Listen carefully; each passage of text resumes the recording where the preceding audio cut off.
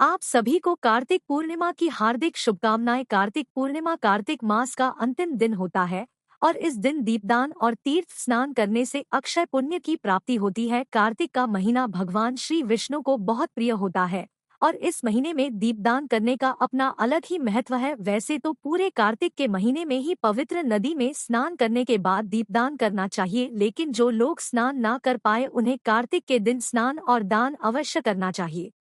ऐसा करने से उन्हें पूरे महीने में की गई पूजा, स्नान, दान और दीपदान का पुण्य प्राप्त हो जाता है।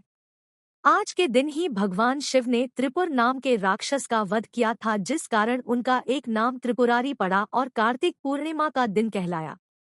कार्तिक पूर्णिमा को देव दिवाली भी मनाई जाती है और हमारे हिंदू धर्म में तो कार्तिक पूर्णिमा का विशेष महत्व है और इस दिन पवित्र नदियों में स्नान करने के बाद दीपदान सबसे पुण्य वाला काम बताया जाता है।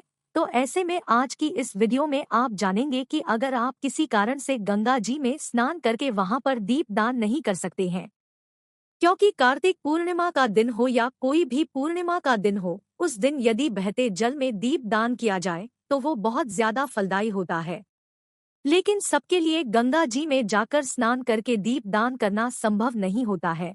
दीपदान आप कार्तिक पूर्णिमा को सुबह सूर्योदय से पहले या फिर शाम को सूर्यास्त के बाद जिस समय अंधेरा हो है उस समय करना चाहिए। तो मैं आपको बहुत ही सरल और आसान विधि से करके दिखाऊंगी कि कैसे आप घर पर ही गंगा जी का आह्वान करके कैसे घर पे ही दीपदान कर सकते हैं।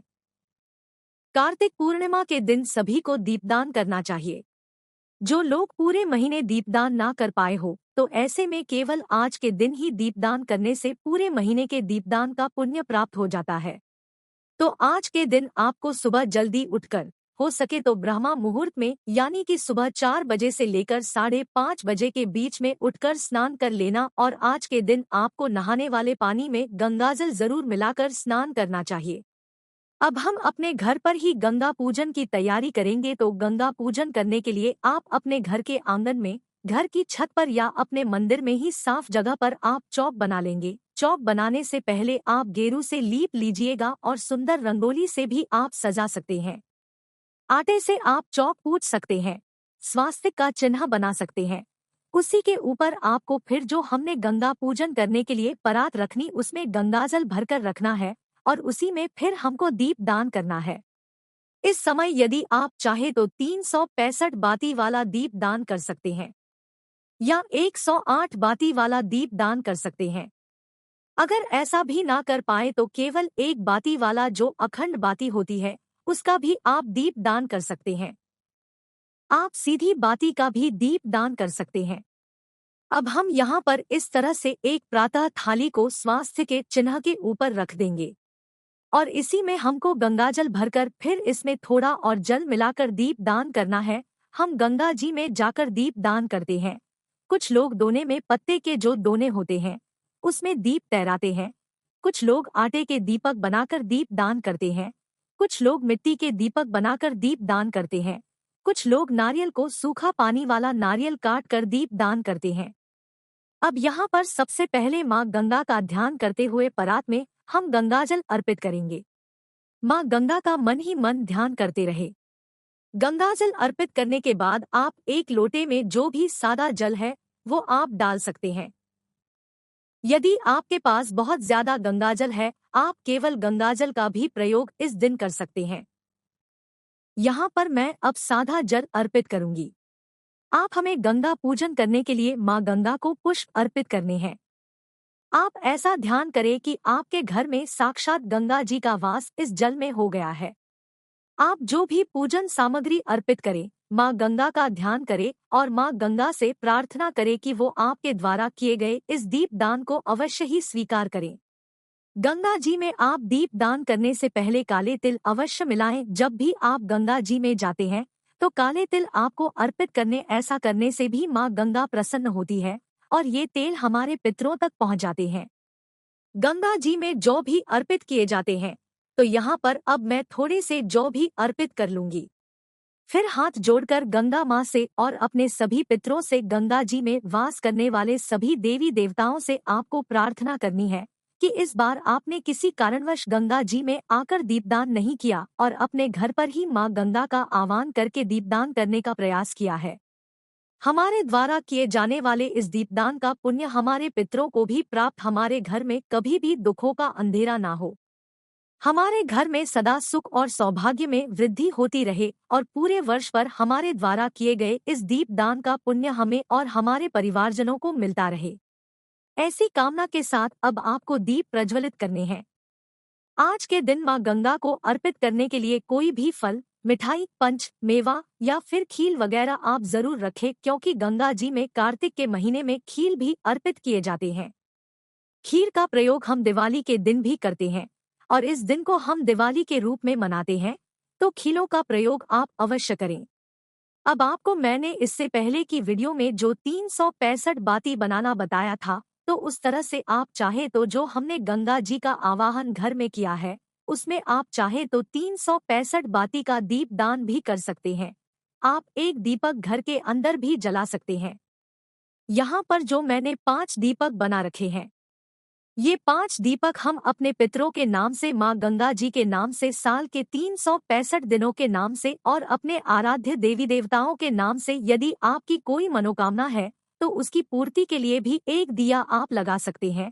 जिस तरह से मां गंगा जी में पत्तों का दोना बनाकर दीप दान किया जाता है, दीप जलाकर प्रवाहित किए जाते हैं, उसी तरह से आप घर में भी पानी में इसी तरह से कर सकते हैं। दीप प्रज्वलित करने के लिए आप आम का, अशोक का, पीपल का या बेल पत्ते का प्रयोग कर सकते हैं। इनके ऊपर आपको जिस तरह से अखंड ज्योति की बाती बनाई जाती है, गोल वाली, वो बाती बनाकर उसे घी में या तेल में डुबोकर पत्ते के ऊपर रखना होता है। उसमें आपको काले तिल अर्पित करने चाहिए, पुष्प अर्पित करने चाहिए, क्योंकि हम जो दीप जलाते हैं उनका भी हमें पूजन करना होता है। तो दीप जलाकर हमें इस तरह से मां गंगा जी में अर्पित करने हैं। यहाँ पर मैंने तो 5 दीपक प्रवाहित किए हैं, आप चाहे तो एक दीपक भी प्रज्वलित करके दीप दान कर सकते हैं। अब इस तरह से हम थोड़ा थोड़ा सा हाथ लगाकर इन दीपकों को पानी में तैराने का प्रयास करेंगे। जिस तरह से गंगा जी में हम दीप प्रज्वलित करके प्रवाहित करते हैं तो दूर तक तैरता हुआ जाता है, तो अब हम हाथ जोड़कर मां गंगा से इन दीप दानों को करने का आग्रह करेंगे। मां गंगा जी को समर्पित करने के लिए आपके पास फल, मिठाई, अक्षत और श्रृंगार की सामग्री भी होनी चाहिए, जिसे आप बाद में अपनी सासू मां को दे सकते हैं। आप चाहे तो श्रृंगार की सामग्री के साथ ही अपनी सामर्थ्य के अनुसार वस्त्र भी दे सकते हैं। वस्त्र का दान भी आप अपनी सासू मां को या मंदिर में जो पुजारी जी होते हैं उनकी पत्नी को दे सकते हैं। साथ में कुछ दक्षिणा आप अवश्य रखें। बिना दक्षिणा के कोई भी दान या कोई भी उपहार अधूरा रहता है। तो अब हम अपने सभी आराध्य देवी देवताओं से भी प्रार्थना करेंगे कि आज हमने गंगा जी में दीपदान किया है और हमें यह पुण्य अवसर अपने घर पर ही प्राप्त हुआ है। आज दीपदान करते हुए यदि हमसे कुछ भी कमियां अधिक हो गया हो, हमसे कोई त्रुटि हो गई हो, तो उसके लिए हे गंगा मां हमें क्षमा कीजिएगा। दीपदान करने के बाद आप मां गंगा जी को भोग अर्पित करें। भोग में आप मिठाई, फल, पंच, मेवा या शक्कर, बताशे आदि भी अर्पित कर सकते हैं। आप मां गंगा को भोग में शक्कर या भोग भी अर्पित कर सकते हैं। यदि आपने खीर बनाई है या कोई पकवान बनाया है तो वो भी आप आज के दिन मां गंगा को अर्पित कर सकते हैं। इस तरह से मां को भोग अर्पित करने के बाद अब बारी है मां को श्रृंगार अर्पित करने की। मां गंगा से प्रार्थना करें कि हे मां गंगा, हमारे द्वारा अर्पित किए गए श्रृंगार को आप स्वीकार कीजिए। श्रृंगार की सामग्री में आप चूड़ी, बिंदी, लिपस्टिक और जो भी आप महावर वगैरह या नेल पेंट और साथ में कुछ दक्षिणा जरूर रखें। इन्हें आप मंदिर में पुजारी जी की पत्नी अपने ही घर में सासू मां को दे सकते हैं। वस्त्र रूप में आप साड़ी का या धोती का या जो भी आपकी सामर्थ्य, सूट वगैरह आप या गर्म वस्त्रों का दान भी कर सकते हैं। इनमें से प्रसाद रूप में अगर आप खुद सुहागिन है तो बिंदी वगैरह आप अपने लिए रख सकते हैं। बाकी का दान आपको कर देना चाहिए। जिनकी सामर्थ्य ना हो वो केवल अपनी सामर्थ्य के अनुसार दक्षिणा भी इस दिन दान में दे सकते हैं। और क्योंकि कार्तिक पूर्णिमा को दान किया जाता है तो इसी समय आप दान की जो भी सामग्री है, जैसे कि कच्चा अनाज वगैरह, दालें वगैरह या मौसमी सब्जियां, या दक्षिणा गर्म वस्त्र उनको भी आप मंदिर में दीप दान करते समय पास में ही रखे, उनका पूजन करके फिर उन्हें आपको दान में दे देना चाहिए। अब आपने दीपदान तो कर लिया, लेकिन विसर्जन कब और कैसे करें ये भी आप जान लीजिए। तो जब आपने दीपदान शाम के समय किया है, तो अगले दिन सुबह के समय आप इनका विसर्जन करें।